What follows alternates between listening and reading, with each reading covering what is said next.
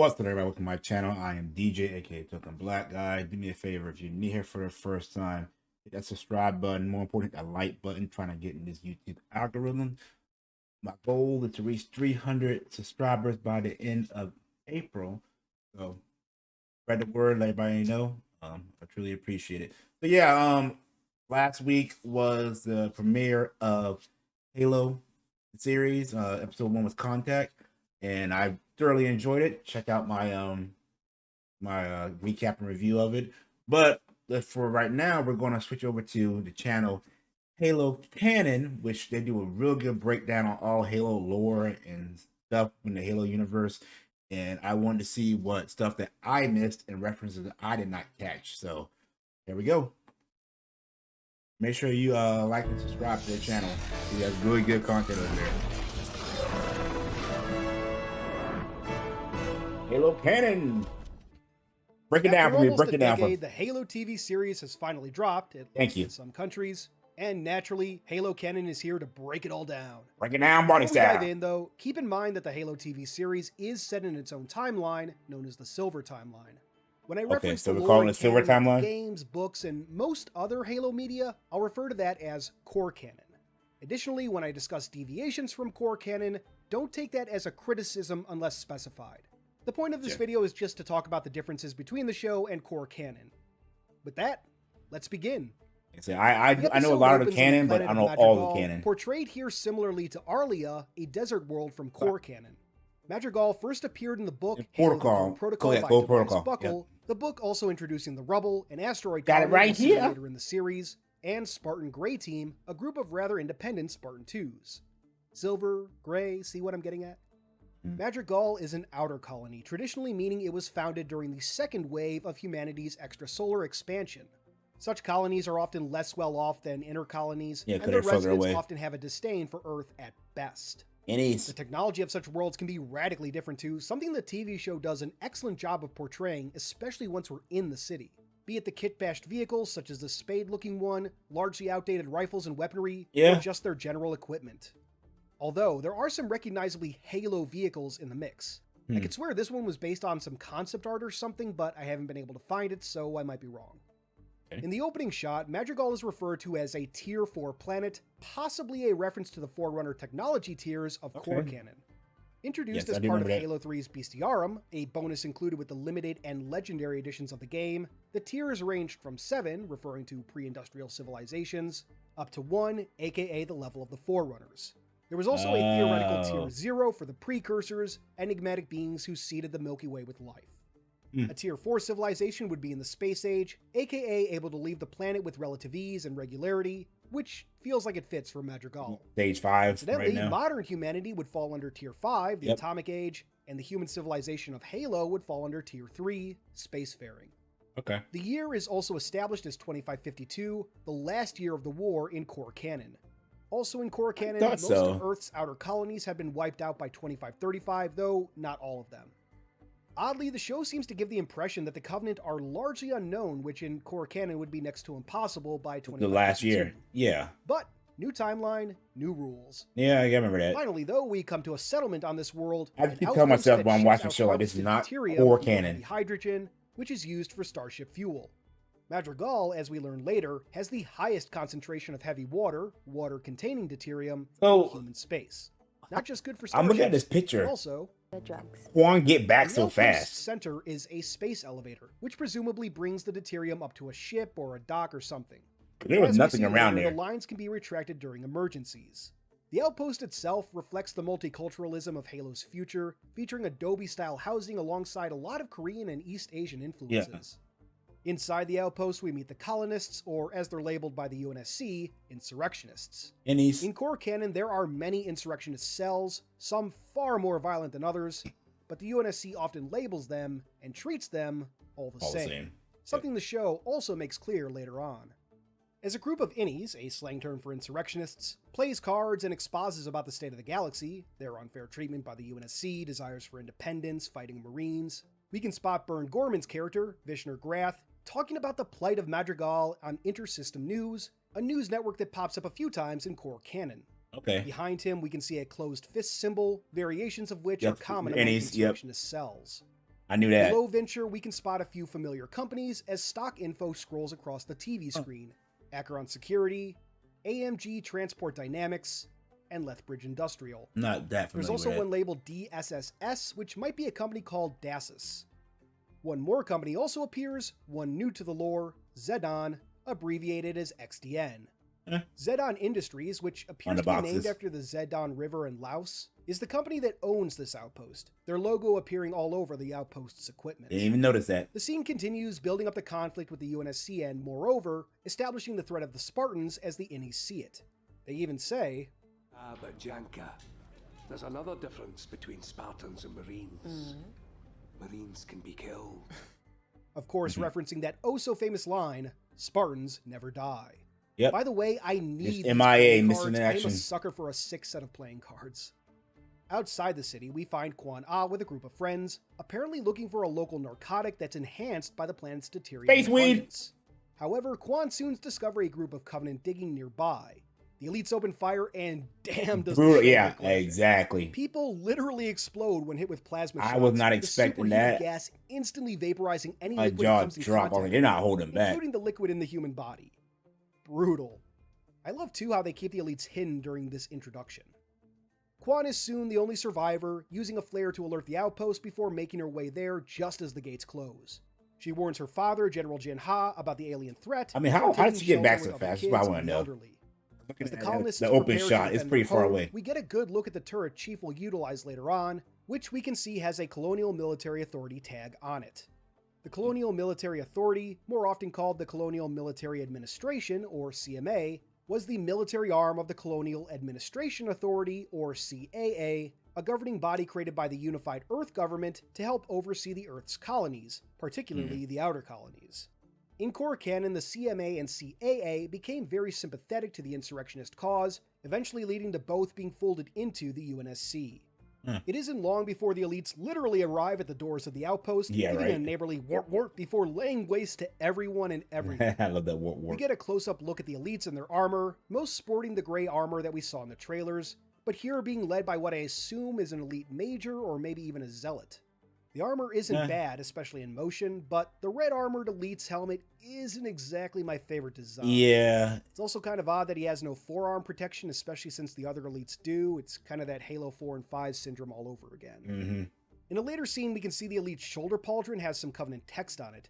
I'd love to translate it for y'all, but it doesn't seem to line up with any known version of the Covenant language, or at least not completely. Back to the action, though. The Innies try to defend themselves, but their guns are largely ineffective. In core canon, even up-to-date UNSC weaponry at the start of the war wasn't always that effective.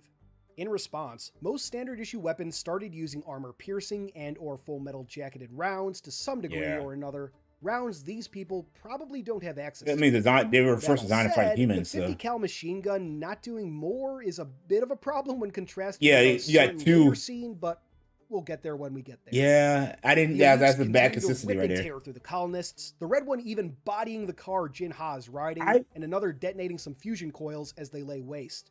Fusion coils. That's pretty cool. Elderly without mercy. The scene with the truck still reminds me of a Brute.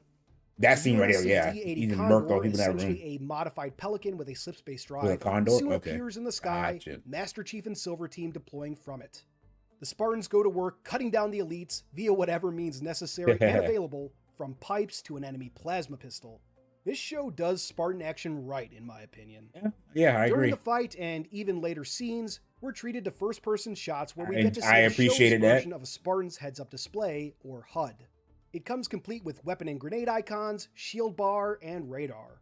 The HUD seems to take heavy inspiration from Halo 4, my personal favorite HUD design, and it's running BIOS version 3.43, a reference to 343 Industries. I like that. The HUD also has some newer features for those who only play the games, such as automatically marking enemy elites, insurrectionists, and allies. When it does mark a fellow Spartan, a status indicator also appears on the Chief's HUD. Her boyfriend killed himself. She was texting him to do it. Why would you do that? We're still piecing that together. The Chief, and later Silver Team, quickly go to work engaging the elites, showing the contrast between UNSC weaponry and the scraps left to the outer colonies. The scene right there. Although, when the Chief rips the machine gun from its mount, it's suddenly a lot deadlier than it was before. Yeah, I didn't realize that, but yeah. Completely different rounds now. I agree. Where the bullets were little more than a nuisance before, they cut down the elites with relative ease. Short of an oversight for the sake of action, my best guess would be that these elites' shields were worn down by the fight. Yeah, I don't know, but... Speaking of shields, though, just before taking the turret, the Chief is forced into cover when his shields drop. I like that. When they recharge, we hear that oh-so-iconic sound. Which, on that note, the sound design for this show is fantastic. They'll very often use classic Halo sounds wherever possible, and I deeply appreciate that. And lastly, at least for this fight, one elite directly identifies the Chief as Demon. While the Master Chief himself would be referred to as the Demon by the Covenant, Demon also applied to all Spartans, at least in core canon. For example, remember Grey Team, the Spartan team I mentioned a while back? They were collectively known as the Demon 3. As the battle comes to a conclusion, when we're talking about the sidestep, I appreciate that. But is distracted by her father. Interestingly, the elite shields are still down in this scene, almost like they either don't regenerate or they take a fairly long time to regenerate. Still, no shields aren't much of a problem for this elite. By the way, the energy sword here, if anyone is interested, seems to be based on the Halo Reach design, same as the plasma pistol before. The plasma rifle, interestingly, seems to be a new design. After the battle, the Chief contacts Fleet Command, not as long as the other ones. Command on Reach, to fill them in on the situation. In the core canon, this would have basically been impossible, as UNSC faster-than-light communication wasn't really a thing until after the Human Covenant War. Here, however, it seems like UNSC FTL tech in general, not just communication, is far more advanced. Just before the opening rolls, the Chief and Silver Team move out to find the Covenant landing site, leaving Quan alone, showing just get back how and read some of these machine-like lore. the Spartans It's some I haven't even are. read yet. We then get to the opening for the show, which I absolutely love the We opening. see the Chief as his armor forms around him, and behind him we can see Forerunner tech and lettering, similar to the artifact the Chief discovers later. Finally, we get the Halo logo, which is modeled after the newer version of the logo, but, at least to me, evokes something of the older Halo logo, at least to a degree. After the opening, Silver Team moves on the Covenant landing site, giving us a better look at the show's version of a Phantom dropship. Bonnet 134 and Riz 028 are ordered to clear the ship of hostiles, while the Chief and Kai 125 investigate what the Covenant were looking for. Before they separate, what's the name Vonnek of your gives symbol? the Chief his DMR. It's a small detail, but given that Vonnek is about to board a Phantom, a ship with not a lot of interior space, it makes sense to hand over the DMR to someone who might need it more. Inside the caves, which Kai refers to the structure as not a natural formation, a callback to that infamous line from Halo CE, the Chief and Kai encounter the Forerunner artifact the Covenant had been digging for. There's some kind of Covenant device nearby, but it doesn't resemble anything from the core canon, at least not that I could find. I don't know what that is. As a lone surviving I didn't elite notice that. watches, initially That's prepared what I like to his fire channel. on the He demons, finds those the Chief details touches that the artifact, triggering while I it watch and so the you don't surrounding even cave you don't even structure. think about. We'll talk more about that later on, as the important thing for now are the visions that are shown to the Chief when he touches the artifact. Yes. What we learn are his suppressed childhood memories. I thought this was Now, from this training. is a fair deviation from core canon. While Exactly. Spartans were still brainwashed into fighting for the UNSC, their memories were never suppressed, most Spartan 2s making peace with what had been done to them. Not many Spartan 2s had memories from before their time as Spartans, but that was simply the result of nature. How many of you have a ton of clear memories from before you were 6? Exactly. I'd say I have too I have many. I few, could probably but- count them on one hand. Anyway, Kai pulls the Chief away from the object, and the observing elite flees the caves, engaging its cloaking as it exits and managing to escape in a Banshee. We learn later that this elite is a Kaidon, or a clan leader among the Sangheili, the elites. Oh. Outside the cave, the Chief orders Silver Team to commandeer the Phantom and take it back to Fleet Command on Reach, which in core canon would be a violation of the Cole Protocol.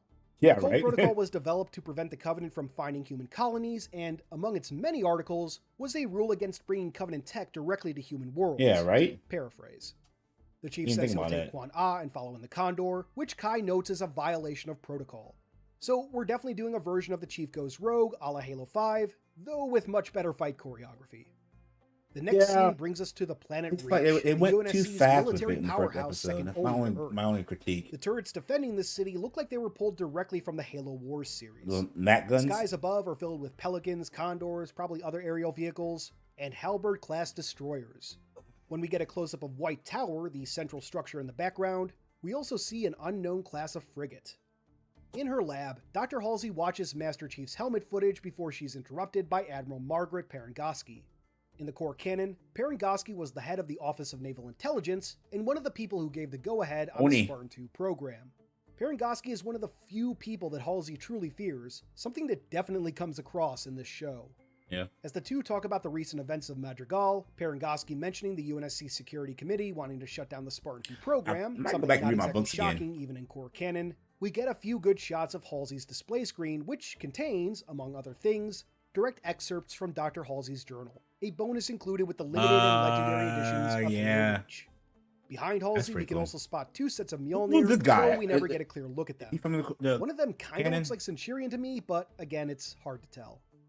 Parangosky has a very distinct look to her, especially in contrast to other officers, though you can still spot the 4 stars marking her as an admiral here. Didn't even see that. After discussing the artifact and the survivor, Parangosky notices another of Halsey's experiments, what ends up being a flash clone of the Doctor herself. This clone will eventually be used to create Cortana, just like in the core canon.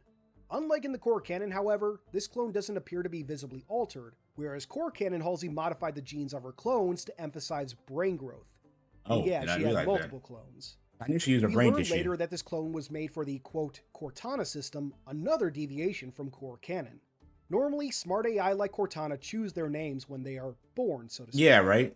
Parangosky admonishes Halsey over the clone, relaying that what she is doing is illegal. In core canon, the cloning of humans is a violation of the UN Colonial Mortal Dictata Act, and the cloning of the Spartan 2 candidates was a major point of contention for Parangosky. Given her attitude towards this Cortana system, I'm wondering if the creation of Cortana might be done behind Parangosky's back in the Silver obviously, yeah. I mean... Meanwhile, at the Legion of... oh, whoops, wrong franchise. The show then cuts to High Charity, the Covenant Holy City. This looks really good. Tons of ships coming and going all around it. Inside, we find the High Prophet of Mercy, a pair of honor guards behind him, as he meets with Makee, the human in the Covenant. And I have to say, the prophets, the Sanshayum, look damn good here. I said it looked really good. See the Golden City of High Charity in better detail, along with the Forerunner ship Anodyne Spirit, which rests at the city's center and powers all of High Charity. Like in core canon, we can see ships moving around the city, demonstrating its true scale. Yeah. Anyway, Mercy and Makee discuss the object on Madrigal, which Makee apparently predicted the location of. How she made this prediction isn't clear in the first episode, but I wouldn't be surprised if it involved another type Anybody of know what book she in? Let me know. I Illuminary. want to read. These devices had a number of functions, though primarily the Covenant used them for tracking Forerunner artifacts. Mercy additionally notes that the Chief was able to, quote, bring the artifact to life like Makee, almost implying that the High Prophets are unaware that all humans, at least in core canon, should be able to do this. I suspect that either the ability to activate Forerunner tech is rarer in the Silver Timeline than core canon, or Mercy and the other prophets are lying about how special Makee is. Yeah, they don't know. Perhaps Makee was witnessed activating Forerunner tech by members of the Covenant, so the prophets had to accept her in. But it looks so good. So, made the claim that she was exceptional or something along those lines. We have 8 more episodes to find out, though hopefully it won't take that long. Only 9 episodes? episodes? Back to the Chief and Quan, now aboard the Condor and headed for Reach. I love the muted sound design for space. Quan is soon contacted via hologram by Miranda Keyes, who is more of a scientist in the show, studying the Covenant and their technology. Miranda tries to get Quan to make an appeal to other colonies, hoping to get them to focus on fighting the Covenant. I'm still kind of iffy about what they did to Miranda Keyes. The Keys in general. Go a long way to putting aside whatever these not that they're about and helping us focus. Yeah, I guess. Yeah, it kind of bothers me that they changed the race because I pictured Jacob Keyes as an old white guy, but whatever. Right after this, there's a fun Mass Effect Easter egg calling for Skillian here is a reference to the Skillian Verge from Mass Effect, a highly disputed territory along the borders of human and Batarian Never played Mass Effect. Commander Shepard would take part in the Skillian Blitz, a conflict initiated by the Batarians. Skipping forward a bit, the UNSC now aware of the Chief's memories resurfacing, the Chief decides to run a diagnostic on himself. We get a full readout of the results, which mention a couple things lore fans might recognize. The refractive coating, which helps I know what gel filter is. Plasma shots when shielding isn't active, and the gel layer, a layer that allows the undersuit to conform to the user's body and regulates temperature, among other things. And like Meanwhile, a shock at Fleet absorber Command, too. we finally get to meet Captain Jacob Keyes as he talks to his daughter, the subject of Halsey coming up quick. You can really hear the disdain in Miranda's voice for her mother, always referring to her as Halsey, which is pretty in line with core canon. Jacob then informs Miranda that Kwan has been designated as Article 72, meaning she's going to be terminated for the greater good. Back on the Condor, Kwan informs the Chief that they've actually met before, as the Chief was one of the Spartans who killed Kwan's mother. Seems she was at a peaceful meeting of colonists when Spartans came busting in and eliminated everyone present. According to the Chief, their original orders were to take out the organizer. His armor looks so good. Changed. While I'm sure there's more to this story that we'll discover later in the series, it does reflect the true horrific nature of the UNSC. And to seal the deal, the Article 72 order comes through. In response, the Chief kills the video feed to Reach, the memories awakened by the artifact, and the talk with Kwan having rattled him. Discovering this, Fleet Command begin lowering the oxygen levels in both the Condor and Chief's armor. Luckily, the Chief is able to reactivate the oxygen. On Reach, the alarm is raised, and Parengoski calls for a full Soren protocol, referencing the original Rogue Spartan, Soren 066. We'll have to wait for another episode to meet him, however. That's, the next several scenes are just visual him? Porn for Halo fans. Marines flood out of their barracks and grab that's some Starship Trooper vibes for a second. Prepare Pelicans, and outside, a mass driver like the one Noble 6 used in Halo Reach deploys.